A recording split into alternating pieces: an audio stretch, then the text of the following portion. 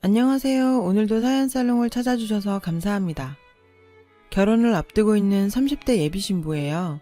결혼 준비로 한창 바빠야 할 저는 한동안 소송 준비로 눈코 뜰 새 없이 바빴어요. 남도 아닌 제 오빠를 상대로 말이죠. 저희 남매는 제가 7살, 오빠가 9살이던 무렵 아빠가 사고로 돌아가시고 엄마의 보살핌으로 자랐어요. 안 그래도 빠듯한 형편에 하루아침에 가장을 잃었으니 생활이 오죽했겠어요. 그래도 저희 남매가 겪은 생활고는 엄마 아빠에 비하면 세 발의 피해요. 저희 엄마 아빠는 두 분 모두 부모님 얼굴을 모르세요. 친척집을 전전하며 살다가 학교도 제대로 못 마친 상태로 서울로 상경해 사회생활을 시작하셨죠. 배움이 짧으니 번듯한 직장은 꿈도 못 꾸고 몸으로 때우는 힘든 일만 하면서 사셨어요. 그렇게 성인이 된 두 분은 아빠는 카센터에서 일을 하고 있었고 엄마는 입주 도우미로 있던 차에 지인의 소개로 만나 가정을 이루게 됐어요. 유일하게 제 기억에 남아있는 아빠 얼굴도 얼굴에 온통 시커먼 기름을 묻힌 모습이죠. 평생 가족에 굶주려 있던 아빠는 가족을 먹여 살리기 위해 정말 열심히 일하셨어요. 하지만 카센터를 차리려고 모은 돈을 친구한테 사기당해 모두 날리자 술에 빠져 사셨죠. 사고가 있던 그날도 술에 취해 밤거리를 헤매시다 뺑소니 차에 치여 그만 하늘나라로 가셨고요. 저희 엄마 아빠는 한글을 모르세요. 요즘 세상에 글 모르는 사람이 어딨냐 생각하시겠지만 살아온 인생이 그런 걸 어떡하겠어요.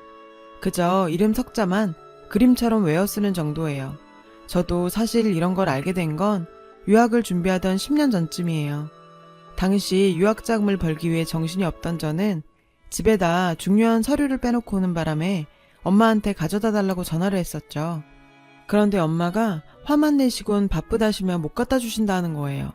그럼 집으로 퀵을 보낼 테니 서류만 전해달라고 하자 그제야 글을 모른다고 하시더군요. 거짓말인 줄 알았어요. 아니 어떻게 글을 모르고 살면서 지금까지 안 들킬 수가 있었지? 저는 납득이 안 됐죠. 그런데 돌이켜 생각해보니 그동안 미심쩍었던 일들이 떠오르더라고요. 엄마 수첩에는 전화번호 옆에 이름 아닌 알 수 없는 문자 같은 게 그려져 있었거든요. 전 엄마가 악필이라 흘려 쓴 거구나 생각했는데 그게 아니었던 거예요. 휴대폰 문자만 해도 그래요. 제가 문자 보내는 법을 알려드린다고 하는데도 매번 한사코 사양하셨거든요. 제가 평소에 그렇게 문자를 보내도 전화로 하라고 하신 것도 그렇고요. 암튼 모르면 모를까 알고선 그냥 넘길 수 없었어요. 제가 유학 떠나고 나면 누가 엄마한테 가르쳐드리겠어요. 엄마 성격상 창피해서 가르쳐달란 말도 못 꺼낼 텐데. 그래서 전 한국을 떠나기 전까지 틈틈이 엄마한테 한글을 가르쳐 드렸어요. 그리고 얼마 뒤 전 계획대로 2년간 모은 돈으로 캐나다 유학길에 올랐죠. 한국에서 유학 떠날 날을 기다릴 때만 해도 캐나다에 대한 환상이 있었어요. 하지만 막상 도착해보니 제 생각과는 많이 달랐죠. 그건 어쩌면 여행지로 보느냐 사는 곳으로 보느냐의 차이인지도 모르겠어요. 일상생활 속에서 접하게 되는 동양인에 대한 노골적인 차별과 동양인 여자를 바라보는 이곳 남자들의 불쾌한 시선은 정말 견디기 힘들었어요. 유학생 중에는 이런 이유 때문에 현지 남자친구를 만들기도 한다고 하더군요. 초기 유학 자금만 간신히 만들어갔던 전 영어 실력도 온전하지 않은 상황에서 아르바이트를 병행하며 학교를 다녔어요. 제가 할 수 있는 아르바이트라곤 식당에서 설거지하는 게 고작이었죠. 영어가 돼야 서빙을 하는데 당시로서는 불가능한 수준이었거든요. 매니저는 동양인인 저한테 못되게 굴었어요. 제가 깨지도 않은 접시까지 제 탓으로 돌리며 페이를 깎으려고 했죠. 손가락으로 양쪽 눈을 찢는 행동을 하는 건 다반사고 툭하면 니네 나라로 돌아가라고 소리쳤죠. 처음엔 영어도 안 되고 한푼이 아쉬운 처지라 차마 넘겼어요. 그런데 그럴수록 더 심해지더라고요. 제가 만만해 보였나 봐요. 그래서 한 번은 작정하고 달려들었죠. 그 후로도 매니저가 싸움을 걸어오면 피하지 않고 맞받아치며 싸웠어요. 그렇게 싸움닭처럼 매일 싸우다 보니 신기하게도 어느새 영어가 늘어있더라고요. 그래서 얼마 뒤엔 홀로 나와 서빙을 하게 됐죠. 덕분에 벌이는 조금 나아졌지만 학비와 생활비를 벌어가며 공부를 하려니 여간 힘든 게 아니었어요.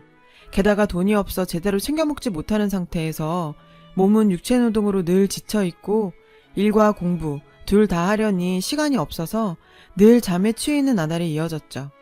이렇게 살아서 뭐하나 싶어 절망에 빠져있던 어느 날 결국 강의실에서 나오다 쓰러지고 말았어요.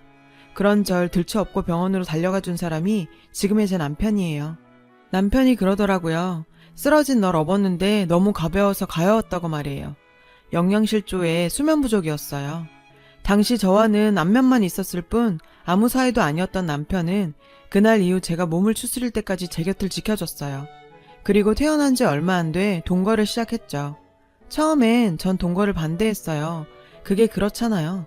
우리나라 정서상 미혼 남녀가 동거를 한다고 하면 안 좋게 보는 거.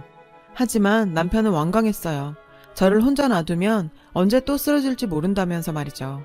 그러면서 이렇게 말했어요. 그날 쓰러진 널 업고 달리면서 생각했어. 내가 무사히 깨워주기만 한다면 난 널 영원히 지켜주겠다고. 난 내가 한 약속을 지키고 싶어. 그러게 해줘. 그 순간 언어도 다르고 머리색도 눈 색깔도 다른 이 남자가 마치 예전부터 알고 있던 가까운 사람처럼 느껴졌어요. 지금 내가 이 사람을 놓치면 저는 영영 이런 남자를 만날 수 없을 것 같았죠. 그래서 동거를 하자고 했어요. 함께 살아보니 동거가 제가 생각했던 것처럼 불순한 이미지는 아니더라고요. 남편 부모님도 오셔서 함께 지내다 가시기도 하고, 남편이 없는 사이 제가 아플 땐 시어머니가 오셔서 간호도 해주시고, 서로의 지인들을 불러서 파티도 하고, 이건 마치 혼인신고만 안 했을 뿐 일반적인 결혼 생활과 똑같았어요. 제가 남편을 만나 캐나다에서 무사히 대학교를 졸업하고 취직해 이제 막 돈을 벌기 시작하던 무렵이었어요. 엄마한테 연락이 왔죠. 아파트 청약이 당첨돼서 계약금을 내고 중도금을 3회까지 부어왔는데 더 이상은 돈 마련이 힘들어 포기해야 할 것 같다고 말이에요. 그래서 전 엄마한테 중도금 남은 회차와 잔금은 내가 알아서 책임질 테니 절대로 팔지 마시라고 했죠. 사실 말은 그렇게 했지만 당시 전 이제 막 직장생활을 시작했던 터라 여유 있는 상황은 아니었어요. 하는 수 없이 투잡에 쓰리잡까지 뛰며 돈을 벌어야 했죠. 2년 조금 넘는 시간이 지나고 드디어 잔금을 다 치르던 날, 엄마와 전 전화기를 붙들고 엉엉 울었어요. 난생 처음 우리 집을 갖게 된 기쁨에 말이죠. 그리고 얼마 뒤 갑작스러운 오빠의 결혼 소식이 들렸어요. 속도 위반 결혼이라 신부가 배 부르기 전에 치러야 한다고 부랴부랴 잡힌 결혼식이었어요. 생각 같아선 당장 한국으로 들어가고 싶었지만 무리해서 아파트 잔금을 마련하느라 돈을 빌려 쓴 탓에 주말도 없이 일을 하고 있던 전 결국 시간을 뺄 수 없어서 오빠 결혼식에 참석을 못했어요. 오빠랑 새언니한테 너무 미안해서 얼마 뒤 조카가 태어났을 땐 신상용품부터 돌쟁이 옷, 장난감까지 모두 준비해서 한국에 보내줬어요. 그걸 시작으로 한국 엄마들 사이에서 인기 있다는 캐나다 제품들을 사서 사연이한테 보내는 게 원래 행사처럼 돼버렸고요. 나 대신 우리 엄마를 돌봐주는데 이 정도 못하겠어요. 그런데 이게 다 헛짓이었더라고요. 이때까지만 해도 전 오빠 내외가 엄마를 모시고 사는 줄 알았거든요. 그런데 이번에 한국에 들어와 보니 아니더라고요. 저랑 남편은 엄마 생일에 맞춰 서프라이즈 방문을 하기로 계획했죠. 그래서 따로 연락 없이 아파트로 향했는데 집에 아무도 없는지 벨을 눌러도 반응이 없더라고요. 휴대폰으로 전화를 해도 안 받으시고요. 그래서 오빠한테 전화를 했는데 엄마? 엄마 집에 계시지? 근데 왜?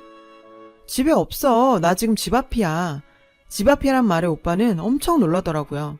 근데 반가워서 놀란 사람이 아니라 뭐 훔쳐먹다 걸린 사람처럼 말이죠. 그제야 오빠는 순순히 빌기 시작했어요. 현재 그 아파트에선 오빠 내외만 살고 있다고 말이죠. 오빠가 직장도 변변치 않고 새언니에 비해 학벌도 딸려서 안 그래도 사돈어른은 오빠를 탐탁지 않게 여기셨대요. 그런 중에 속도 위반으로 딸이 임신을 하자 울며 겨자먹기로 결혼을 승낙을 했지만 시어머니까지 모시고 살아야 한다고 하자 완강하게 결혼을 반대하셨다네요. 결국 엄마가 따로 나가 사는 조건으로 결혼 승낙을 받았다고 하더라고요. 순간 피가 거꾸로 솟구치는 것 같았어요. 결혼을 하자고 엄마를 버려? 게다가 나랑 엄마가 그 집을 어떻게 마련했는데. 집 사서 한번 살아보지도 못하고 아들 내외한테 뺏기고 쫓겨나다니. 엄마를 생각하니 억장이 무너졌어요. 그래서 엄마는 어디 있는데? 아, 그게 오빠는 쉽게 말을 잇지 못했어요. 사실은 말이야, 장인어른이 하시는 갈빗집에 갑자기 일손이 부족해서 말이야. 엄마는 장인이 하는 갈빗집에 설거지를 해주러 가셨다는 거예요. 오빠 말로는 사람 구할 때까지만 잠깐 돕고 있는 거라지만 전 그 말을 믿을 수 없었죠. 오빠가 알려준 주소대로 찾아가 보니 주방 뒤편에 쭈그리고 앉아 설거지하고 있는 엄마가 있었어요. 전 차마 엄마를 부를 수 없었어요. 사돈 가게에서 쭈그려 앉아 설거지를 하고 있는 엄마가 너무 처량해 보이고 가여웠어요. 눈물이 하염없이 흘러내렸어요. 가슴이 먹먹해서 주먹으로 가슴팍을 치는데 그 소리에 엄마가 뒤돌아봤어요. 엄마. 정은아, 내가 어떻게 여길. 엄마는 절 보고는 죄 지은 사람처럼 손가락을 바들바들 떨며 뒷걸음질 쳤어요. 제 옆에 있는 남편을 보고는 놀라서 얼굴을 돌리시더라고요. 사위 앞에서 초라한 모습을 보이는 게 창피해 그러셨나 봐요. 전 달려들어 엄마를 데리고 가게에서 나왔어요.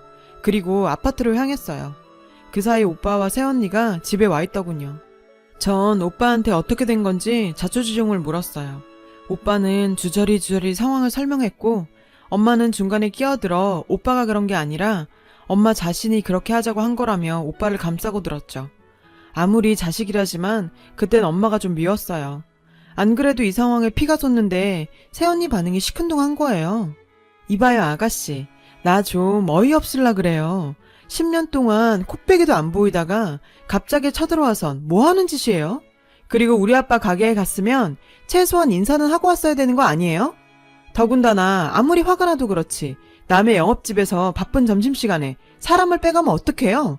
누구 장사 말아먹을 일 있어요? 당장 우리 아빠한테 가서 사과해요. 무식한 것도 정도가 있지. 어떻게 된 게 이 집 식구들은 하나같이 상식적인 사람이 없어? 새언니 말에 정신이 확 들더군요. 아, 이런 사람한테는 예의 따질 것도 없고 받은 대로 돌려주면 되겠구나 하고 말이죠. 새언니 말 잘 들었어요. 언니는 상식적인 사람을 좋아하시나 봐요.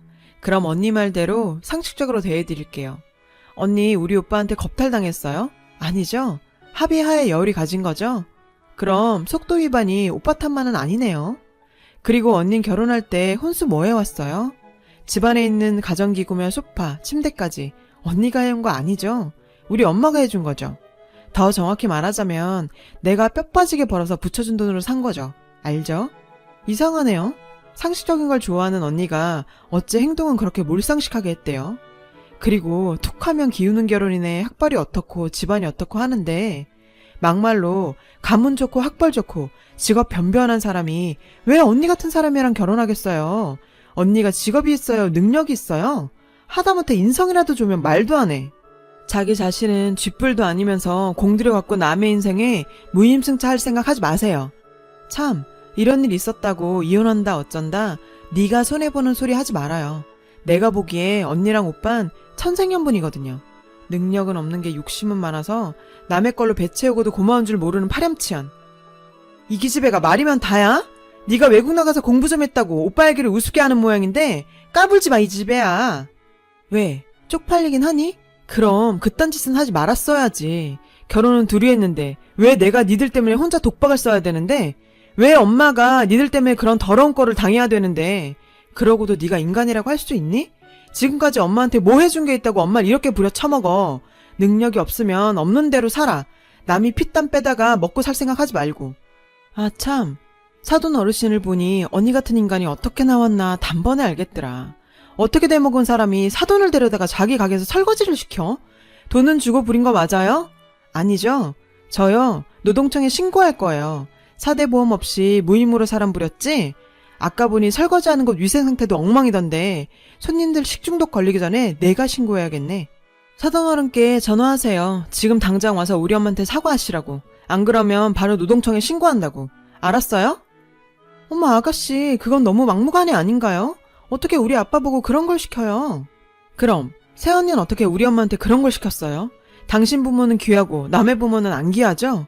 평소에 학벌 좋다고 그렇게 잘난 척했다던데 학벌 타령하기 전에 인간부터 돼야죠. 정은아, 너 올케한테 무슨 말을 그렇게 해. 암튼 이번 일은 오빠가 잘못했어. 그래도 형제지간에 이러는 건 아니지. 우린 가족이잖아. 오빠, 사태 파악 안 돼? 이제 와서 형제? 가족? 너한테 엄마랑 내가 가족이긴 하니? 오빠 네가 제일 나빠. 더 이상 긴 말 안 할게. 이 집 명의 내 앞으로 돌려놔. 이 집 사는데 10원짜리 한 장 안 보탠 주제에 어디 내 아파트를 날려 먹으려고? 그리고 당장 짐 챙겨서 내 집에서 나가줘. 이 집은 내가 엄마 위해서 산 집이니까 당장 나가! 표정 하나 안 바뀌고 퍼부어대는 절 보고 오빠 새언닌 사태의 심각성을 깨달았는지 버티다 막판에 무릎 꿇고 싹싹 빌면서 잘못했다고 하더군요. 연락받고 온 사돈어른도 엄마한테 죄송하다고 사과를 하고 갔고요. 유학 초창기 시절 매니저랑 싸우면서 터득한 싸움의 기술이 오늘에 와서 이렇게 유용하게 쓰일 줄은 몰랐어요. 결혼도 하기 전에 우리 집의 치부를 다 보게 된 남편은 꼭 스페인 드라마를 본 것 같다고 하더라고요. 우리나라도 막장 드라마로 유명하지만 외국에선 스페인 드라마 하면 막장으로 엄지척이거든요. 남편한텐 정말 창피했어요. 이런 꼴 보이려고 데려온 건 아닌데 그나마 언어가 통하지 않아 자세한 내막 전달이 안 된 건 다행 중에 다행이에요. 그리고 드디어 결판이 났어요. 오빠 새언니가 아파트 명의를 돌려주지 않아서 아파트 명의 변경 부동산 소송을 진행 중이었는데 제가 승소했어요. 하긴 처음부터 말도 안 되는 소송이었죠. 그리고 저희는 결혼하고 한국에서 몇 년간 살기로 했어요. 그동안 고생만 해온 엄마랑 몇 년만이라도 여유롭게 살아보고 싶었거든요. 다행히 전 한국에서 새 직장도 얻었고 남편은 회사에서 재택근무 승인을 받아서 다음 달 한국으로 들어오기로 했어요. 오빠네랑은 인연을 끊고 살기로 했어요. 사돈어른이 이혼을 시키네 마네 말이 많았다는데 소녀딸을 생각해서 참았다고 하더라고요. 대신 그 집에서 머슴처럼 살게 됐다나 봐요. 전 아직도 오빠가 엄마한테 한 짓을 용서할 수가 없어요. 엄만 글쎄요. 내색은 안 하시지만 속으론 많이 걱정하시겠죠. 몇 년 뒤 제가 캐나다로 돌아가면 그땐 왕래하며 지내실 수도 있고요. 거기까지 제가 막을 순 없잖아요. 그건 엄마의 선택이니까요. 얼마 전부터 저희 엄마는 주부학교에 다니세요. 형편이 어려워서 학업을 진행하지 못했던 분들을 위한 학교라 엄마 연배분들도 많고 커리큘럼도 다양하고 좋더라고요. 진작 알았으면 좀 더 일찍 보내드리는 건데. 엄마는 책상에 앉아 수업을 받으려니 어린 시절로 돌아간 것 같아서 학교 가는 게 그렇게 좋으시대요. 봄 되면 소풍도 갈 거라고 어찌나 좋아하시던지. 초등학교 과정을 마치면 중고등 과정도 도전하시겠다고 학구열을 불태우세요. 오랜만에 한국에 돌아와 엄청난 일을 겪긴 했지만 그래도 엄마의 새 출발을 지켜볼 수 있어서 다행이었어요. 지금까지 제 사연 들어주신 여러분 감사합니다. 여러분 사연 댓글에 응원과 현명한 조언 부탁드려요. 좋아요와 구독은 저에게 큰 힘이 됩니다. 오늘도 좋은 일 가득하세요.